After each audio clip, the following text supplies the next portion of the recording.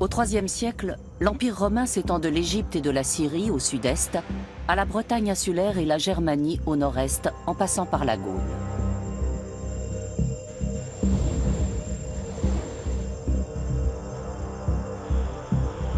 Mais les Francs et les Alamans, qui peuplent la rive droite du Rhin, pillent régulièrement les provinces romaines. Cela déplaît autant à Rome qu'aux Germains. À Constance, Strasbourg, Trèves, Mayence, Cologne et Xanten, Romains et Germains vivent en bonne intelligence, au sein de villes bâties par les légionnaires et peuplées surtout de citoyens romains d'origine germanique.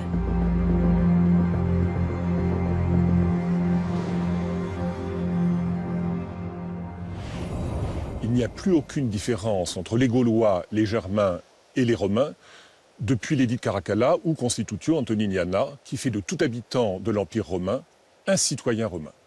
D'autre part, l'Empire romain a toujours cherché à intégrer légalement et progressivement les nouveaux arrivants. Et quand il y a une guerre entre un groupe barbare et les Romains, c'est que souvent ce dernier s'estime pas assez romanisé assez vite. Le point commun le plus important, c'est la langue latine, aussi bien sous sa forme orale que sous sa forme écrite. Néanmoins, les langues locales se sont maintenues pendant très longtemps. Quand par exemple l'évêque Irène, qui est un grec, vient prêcher à Lyon, il doit apprendre le latin, mais pour aller à la campagne, il doit aussi apprendre le gaulois. Au moment de la création de la province de Germanie, dans les années 70 après Jésus-Christ, il n'y a pas de différence fondamentale avec les provinces gauloises qui existaient auparavant. Même ville, même réseau de routes, même système économique et même système gouvernemental. La table de Peutinger est une sorte de carte routière de l'Empire romain. Elle montre l'emplacement des villes de l'Empire le long des voies romaines.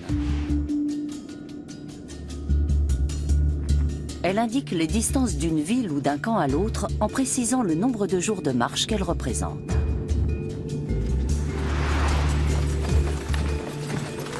Chaque ville de l'Empire est desservie par une route, même dans les provinces reculées de Germanie.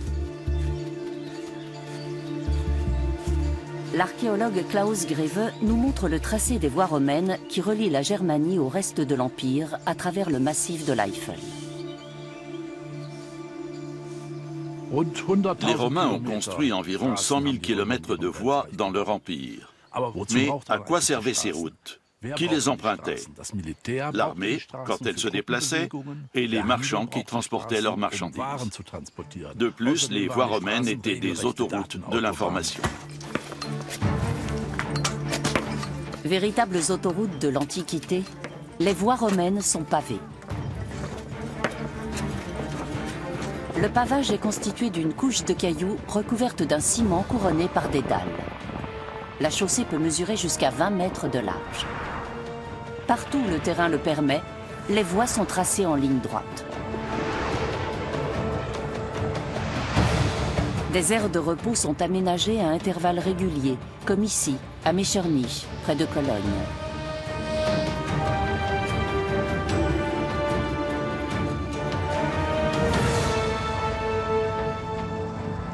La Via Belgica relie Cologne à la Manche.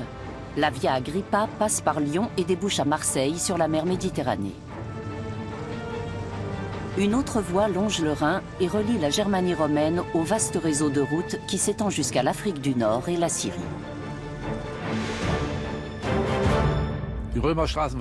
Les voies romaines étaient très bien équipées. Dès que possible, la route comprenait 2 voies de circulation. Des bornes indiquaient la distance restant jusqu'à la prochaine étape. Il y avait des relais où l'on pouvait changer de chevaux et passer la nuit.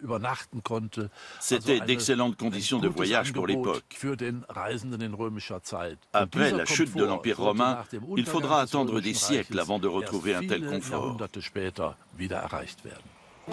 Grâce à ce réseau routier remarquable, les fermes romaines commercent avec le monde entier. Rien qu'en Germanie romaine, on en compte environ 10 000. L'une d'elles est la Villa Borg, près de Trèves, qui a été reconstruite récemment.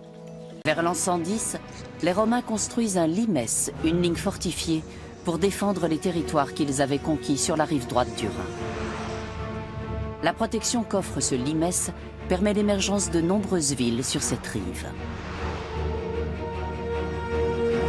Cela fait plus d'un siècle que les archéologues fouillent la région à la recherche du limès de Germanie.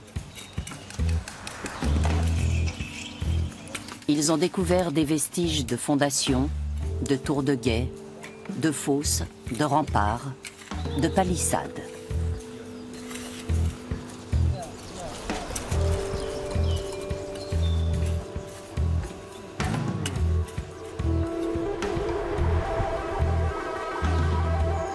La frontière de l'Empire passait à travers les forêts et sur les crêtes des montagnes. Les Romains y avaient bâti des places fortes comme la Saalburg, près de Francfort.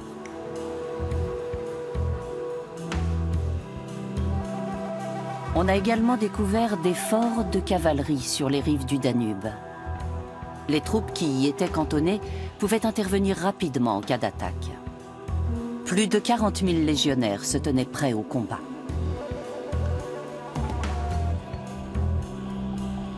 Le limès se voyait de loin. Il marquait l'entrée du territoire sous domination romaine. Les tours de guet étaient placées de manière à permettre une communication visuelle. En cas d'attaque, les forts étaient aussitôt alertés. Le limès s'étendait sur plus de 550 km. Il a efficacement protégé la Germanie romaine durant 150 ans.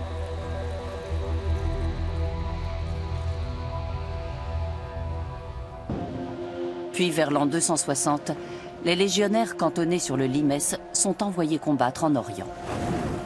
Sur la rive droite du Rhin, les champs d'écumates doivent alors organiser eux-mêmes leur défense. D'autres tribus germaniques ont rejoint les Alamans. Face à ces hordes barbares, les légionnaires restants et les citoyens romains ne font pas le poids. D'autant que les Alamans ne se contentent plus de piller. Ils veulent désormais régner sans partage sur tout le territoire. C'est ainsi que les Romains abandonnent les fortifications du limès et tous les territoires situés sur la rive droite du Rhin.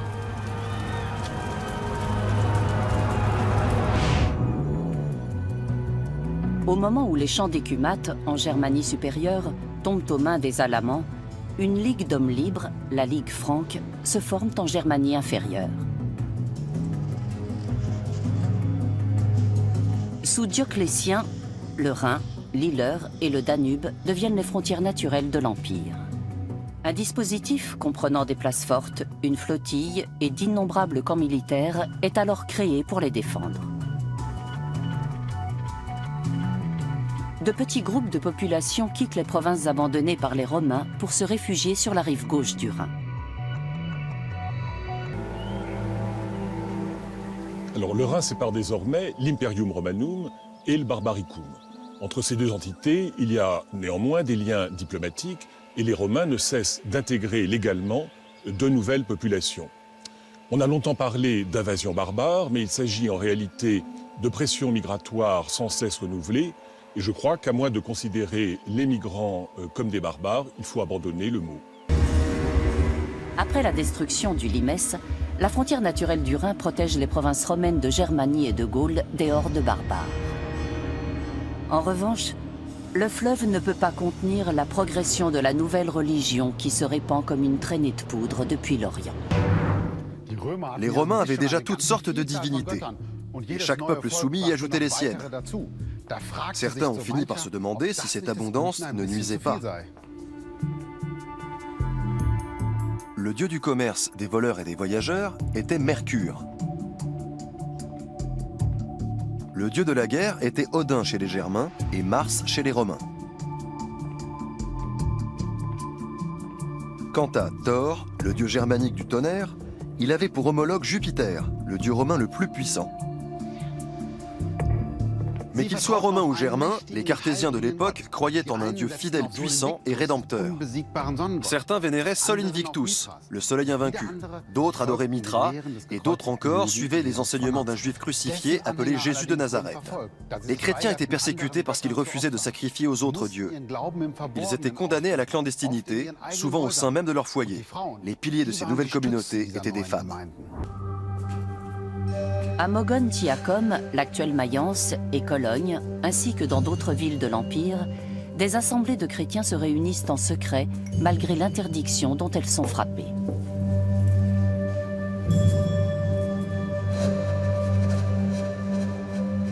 Ensuite, il prit du pain, et il rendit grâce.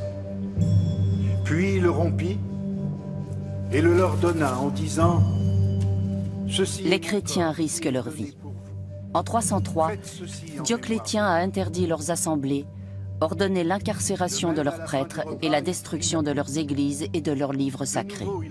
Tous les moyens sont bons pour les amener à abjurer. Prenez et buvez-en tous, car ceci est la coupe de mon sang, le sang de l'alliance éternelle qui sera versé pour vous et pour la multitude. Je vous arrête tous par ordre de l'empereur.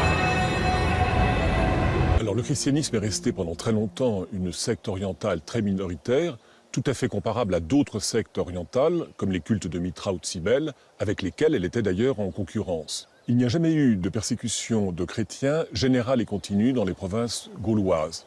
Il y a eu des persécutions ponctuelles, mais jamais pour des raisons religieuses, toujours pour des raisons politiques ou de troubles à l'ordre public. C'est ce que montre l'exemple du martyre de Sainte Blandine dans les arènes de Lyon en 177 après Jésus-Christ.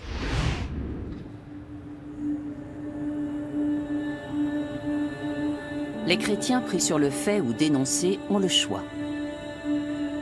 Soit ils sacrifient à la triade romaine en signe de loyauté à l'empereur, et ils échappent ainsi à toute peine. Ce faisant, ils enfreignent bien sûr le premier commandement de leur Dieu, qui est « Tu n'auras pas d'autre Dieu devant ma face ».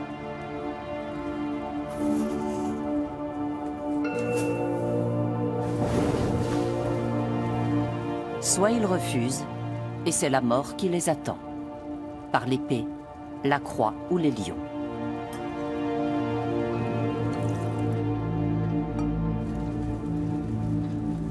Nombre d'entre eux choisissent la vie.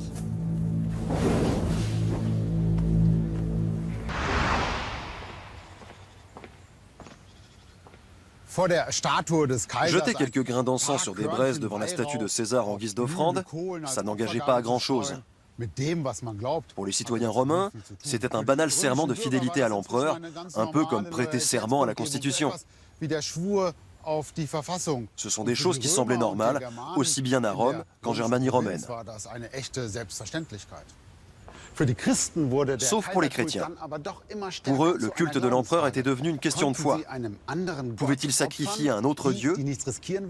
Ceux qui ne voulaient pas prendre de risques l'ont fait. Mais d'autres, non. Et ils sont morts en martyrs. Toutefois, leur courage et leur foi ont marqué les esprits, et le nombre des chrétiens grandit, malgré les persécutions dans tout l'Empire, y compris en Germanie.